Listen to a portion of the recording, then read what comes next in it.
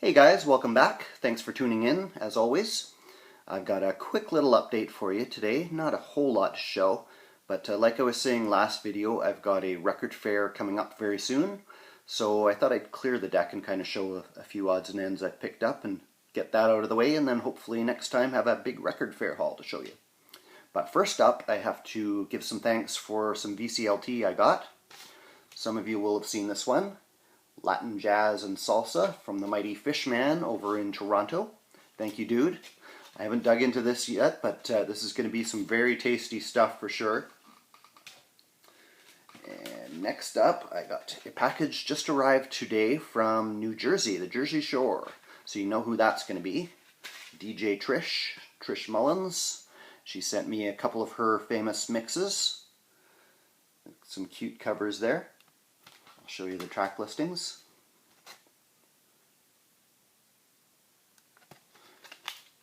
And then there's this one.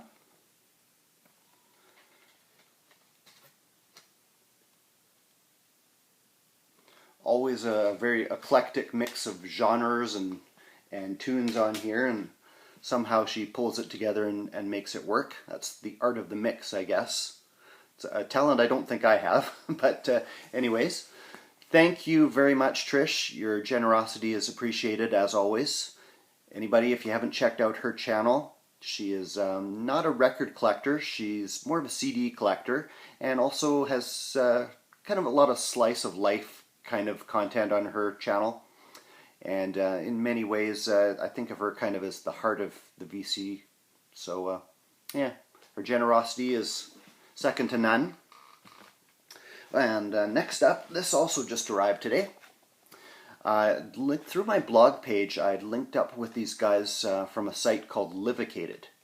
Now, Livicated is, if you don't know that term, it's kind of a Rastafarian play on the word dedicated, which the Rastas will not say something like dead. To them has a dark or negative connotation, so they'll turn it around and change it to Livicated, put more of a positive aspect on it.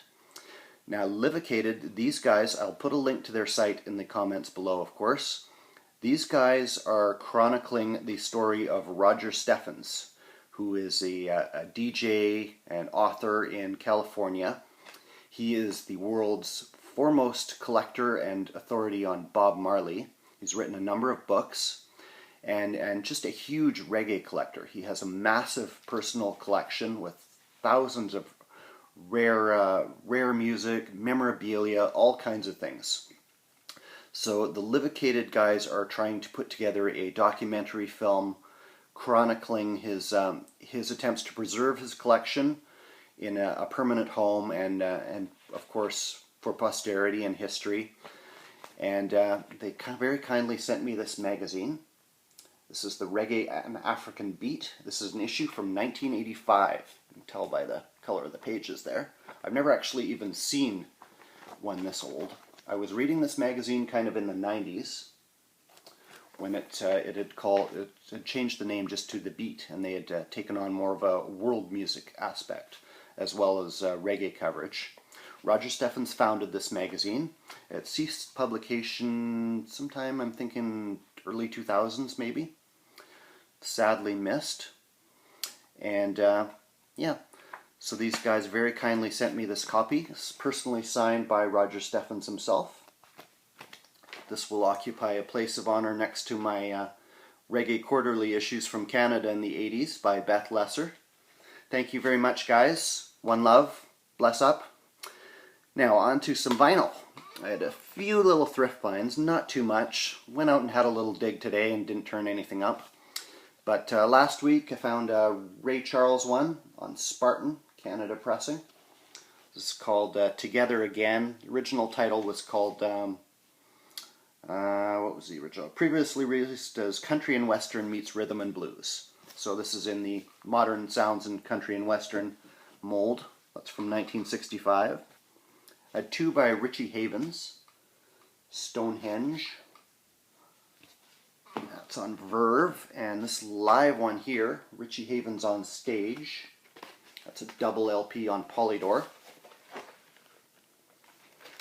Richie Havens, very kind of soulful folk folk, and the way he plays acoustic guitar is almost angry the way he attacks the chords, but very spiritual lyrics, very soulful voice. And last up, for thrift finds, I found King Sunny Ade, Juju Music. I was very happy to find this one. Cover's kind of coming apart there. That's on Mango. I have two other ones by him from around the same period, so nice to make it a trilogy. And I picked up a few mail order things. First up, I got Tropicalia. That's the Soul Jazz reissue. Reproduces the Phillips label there. This is kind of Brazil's answer to Sgt. Pepper's from what I've read. These guys, and you've got kind of the cream of the crop of the Brazilian arts and music scene of the time. You've got Gal Costa, Tom Zé, Caetano Veloso, Os Mutantes. They're all kind of on here.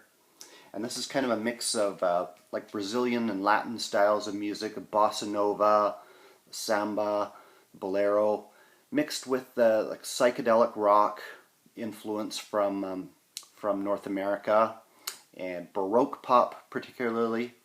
Just a killer album. This is going to take a few listens to absorb, but I've been wanting to kind of build up my Brazil section, beef up there.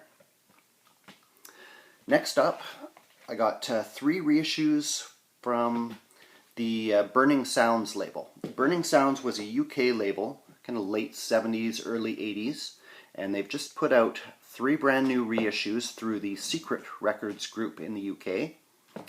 First up, I got Dillinger versus Trinity, Clash. It's from late 70s, I believe. Kind of reproduced the label there. Burning Sounds. These were 2 kind of top DJs or Jamaican rappers at the time. Dillinger was kind of famous for, he could do a pure roots reggae style, but he would also kind of bring in kind of a hip-hop influence from America. One of his most famous tunes was called Cocaine in My Brain, which was more rapped in the US style as opposed to the Jamaican chatting style. And unusually for one of these Clash records, they have solo tunes on here. There's also some tracks where they rap kind of in combination with each other and kind of comment on each other through the lyrics. Whether that was recorded live in the studio or overdubbed later is kind of unclear. I would kind of tend to think the latter, because it was recorded partly in Jamaica and partly in the UK. Next up, from the Burning Sounds, we had Gregory Isaacs' Slum in Dub. This is kind of a famous dub album. Again, same label. This is dubs mainly to his famed Cool Ruler LP of the late 70s, which originally came on Virgin. And dub, if you don't know really what it is, the word has kind of gotten muddied through different connotations over the years. But originally in Jamaica, dub is when they take a song, they'll split it into different tracks and strip the mix down to just the bare bones, the bass and the drums. And then from there they can layer it back up. They'll add maybe snatches of instruments, maybe little vocal samples here and there. Sometimes if they get really out there or really creative, they'll add some echo and reverb or sound effects. This one is mixed by Prince Jammy, who tends to have more of a, I find his style a little dry. He doesn't do a lot of that, the vocal snatches and any Sturm und Drang kind of things. He just kind of sticks to straight rhythm, but very good dub album. And next up, Michael Prophet, Certify. Early 80s album from him. He's kind of a roots singer. Started out with Yabby U. And this is him working with Henry Junjo Laws again. I've mentioned him several times before. He was the producer cranking out the hits in the early 80s. So this is a very, very good LP as well. And I have one other one by Dillinger. Where did it go? Here we go. Dillinger, Join the Queue. This is on the King Spinna label. This just came out as well, fairly recently. It's a reissue of an album that came out in 1982 on the Oak Sound label, as you can see there. And this is put together by King Spinna label, which is 2/3 of the guys that were the Blood and Fire label, which really defined reggae reissues in the 1990s and into the early 2000s. It's a very good album from Dillinger again. Next up, I got this one. This is a various artists compilation. This is also a reissue. Black Slavery Days. TSOA stands for the Sound of St. Anne's, kind of a play on the sound of Philadelphia, I guess. St. Anne's, Jamaica is a rural parish on the north coast of Jamaica. It's kind of far removed from Kingston, and it was the home base of Jack Ruby, is his name on record. He was a producer. His real name is Lawrence Lindo. He appeared in a brief scene playing himself in the Rockers movie, if anybody has seen that, alongside the movie's star, Leroy Horsemouth Wallace, they call him. I don't know how he got that nickname. Maybe he had a really bad case of halitosis. But he plays drums on the tracks on this album, and they've given him a bit of stick in the credits here, calling him Leroy Movie Star Horsemouth Wallace. Now, this was originally released in 1980 on the New York-based Clappers label, which put out reggae as well as some hip-hop and kind of like alternative rock. Original pressing of this will set you back well into double digits, maybe even triple. This is a reissue that came out in the 2000s on Honest John's Records, Ladbroke Grove, Birmingham, UK. So fairly obscure groups on here: the Skulls, the Arrows, the Original Survivors. But basically, most of these groups had members of Burning Spear, Justin Hines and the Dominoes, which Jack Ruby, who produced these tracks, actually produced Burning Spear's landmark Marcus Garvey album from 1975, as well as a couple of albums for Justin Hines and the Dominoes. And that kind of mid-70s is where all these tracks are from.